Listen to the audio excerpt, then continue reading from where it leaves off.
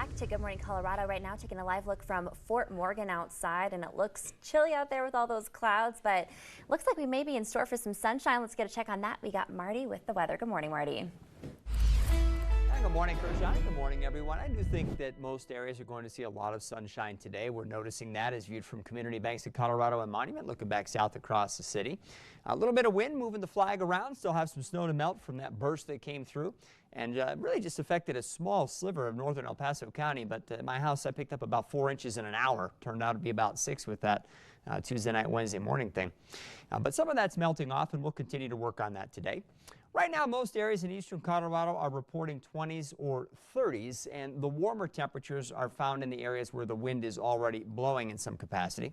We have teens right now up across the higher terrain. It's been snowing over the high country through the night, mainly in the northern half of the state, but that's starting to wind down.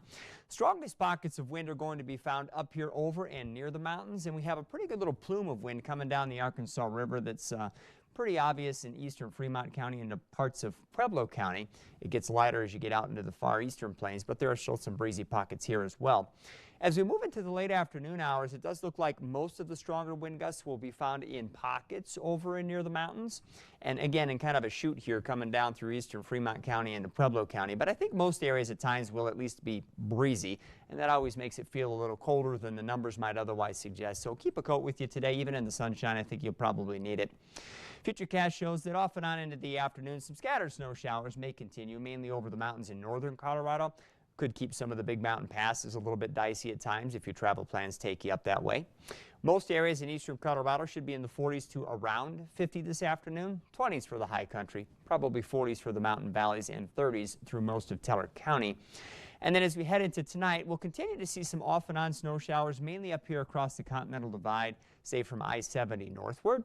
We don't expect any precipitation in the eastern part of the state through the night tonight. What we will have is wind, and that wind is probably going to be strong in our typically wind-prone areas. And so the National Weather Service has now issued a high wind watch for the higher terrain, generally to the west of I-25 from Colorado Springs northward, as well as on the higher terrain to the south and west of Pueblo. It's in these areas where we get the wind rattlers here that are going to make it kind of tough to sleep. Your windows are going to be doing that, bouncing around stuff, and we could have some gusts on occasion over 60 miles an hour.